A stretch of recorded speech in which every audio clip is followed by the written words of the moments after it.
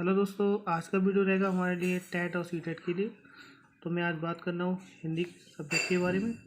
तो हिंदी में है क्या, यानी कि हिंदी में जो लिखा हुआ है यानी कि वर्ड और हमारे वर्डों के बेस, ये हमारे कुछ सी टेट के पेपर में कुछ क्वेश्चन पूछ लिए जाते हैं। तो हम इनको आराम से पढ़ भी सकते हैं, जिससे कि आपको लगे, आपको पक्का भी हो जाए विषय। तो आइए बात करते हैं यहाँ पे। तो यहाँ पे आप देख रहे हैं वर्ड।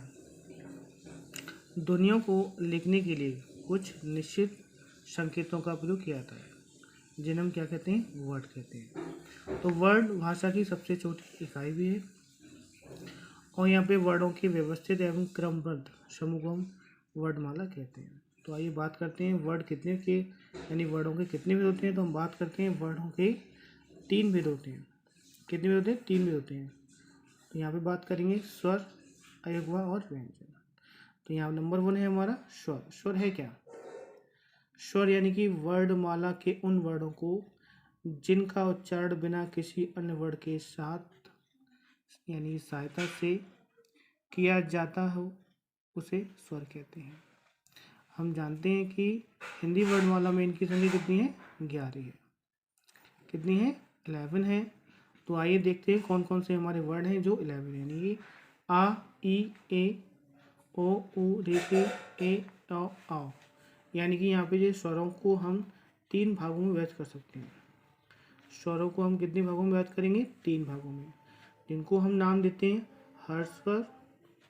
और यहाँ पे लिखा हुआ है, यहाँ पे हर्ष स्वर लिखा हुआ है यहाँ पे, और यहाँ पे लिखा हुआ है दीर्घ, फिर लिखा है लुप्त स्वर।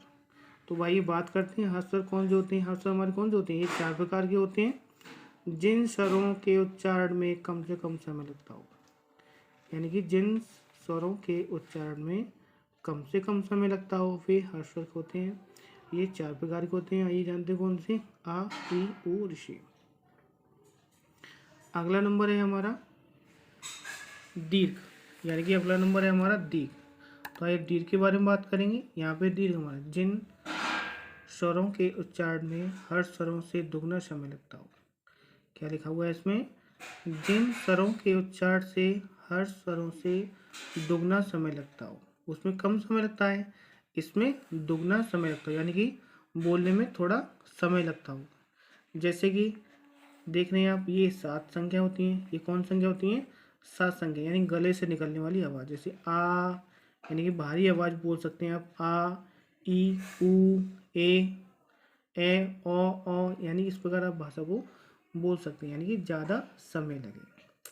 अब बात करते हैं नंबर 3, यानी कि लुप्त स्वर, यानी जिन स्वरों के उच्चारण में दीर्घ स्वर से भी अधिक समय लगता हो। जैसे लिखा हुआ यहाँ पे लिखा हुआ यहाँ पे ऐसे अगर आवाज़ निकले, यानी कि टाइम ज़्यादा लगे, तो हमारा लुप्त स्वर कहलाएगा। अगला नंबर है हमारा अयोग भाग। अगला नंबर है हमारा अयोग भाग। तो अयोग भाग की जो मात्रा है, अंग और बड़ी अंग खाली होती हैं, हमारी क्या होती हैं? अयोग भाग। अयोग भाग है क्या? यानी अंग, यानी इसे अनुस्वार कहते हैं। क्या कहते हैं? अनुस्वार कहते हैं।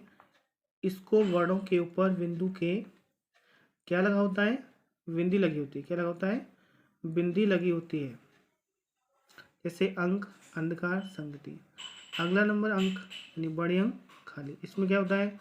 2 बिंदुओं के लास्ट में, यानी कि अंत में के रूप में जो बिंदु लगाई जाती हैं, इसे हम क्या कहते हैं? विसर्ग कहते हैं। ये जो बिंदु है इसे क्या कहते हैं? विसर्ग कहते हैं। और ये शब्दों के बाद, जैसे कि लिखा हुआ है नमः, स्वतः, शनि, यहाँ पे देख रहे हैं आप, ये विसर्ग है हमारी। क्या है हमारी?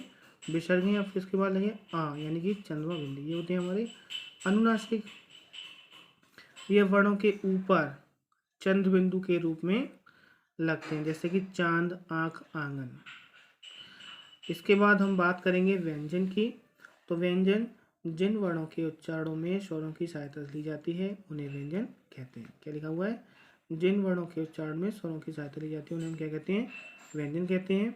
ये स्वतंत्र नहीं होते हैं। जब किसी व्यंजन से स्वर हटा दिया जाता है तो उसके नीचे हलंत चिन्ह लगा दिया जाता है। सामान्यतः सभी व्यंजनों में आ स्वर मिला होता है, यानी कि जो पहला अक्षर है आ, यानी कि हमारे जो गले से आवाज़ निकलती है आ, तो ये हम बिना शब्द, यानी बिना मात्रा के बोल सकते हैं।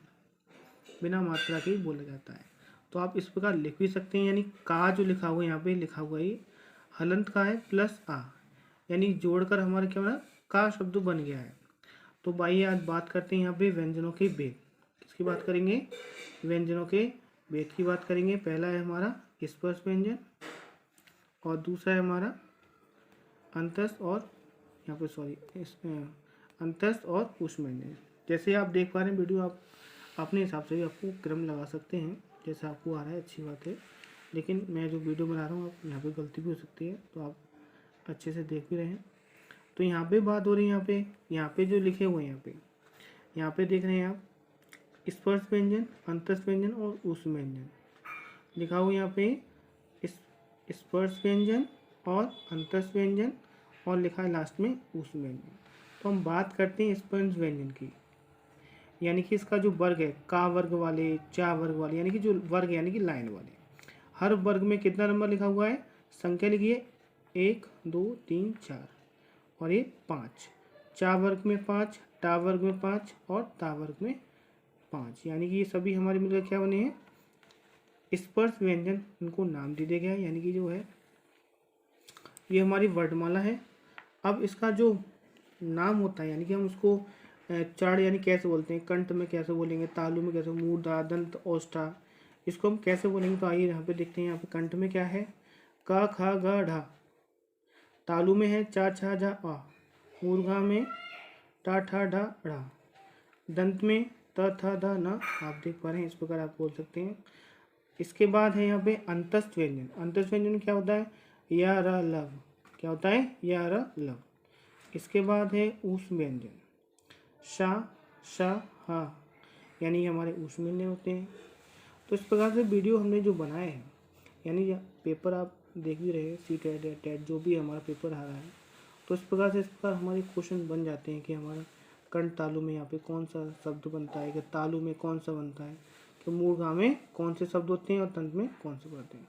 तो ये भी पूछ लेता है कि व्यंजनों के भेद बताइए, कि स्वरों के भेद बताइए, कितने प्रकार के होते हैं। तो इस प्रकार से 1-2 नंबर आप वीडियो में प्राप्त कर सकते हैं। तो यहाँ पे मैंने वर्णमाला देख रहे हैं वीडियो में आप, तो मैं आपको ऐसे वीडियो लाते रहूँगा। वीडियो अच्छा लगे तो वीडियो को लाइक करो एंड सब्सक्राइब करो।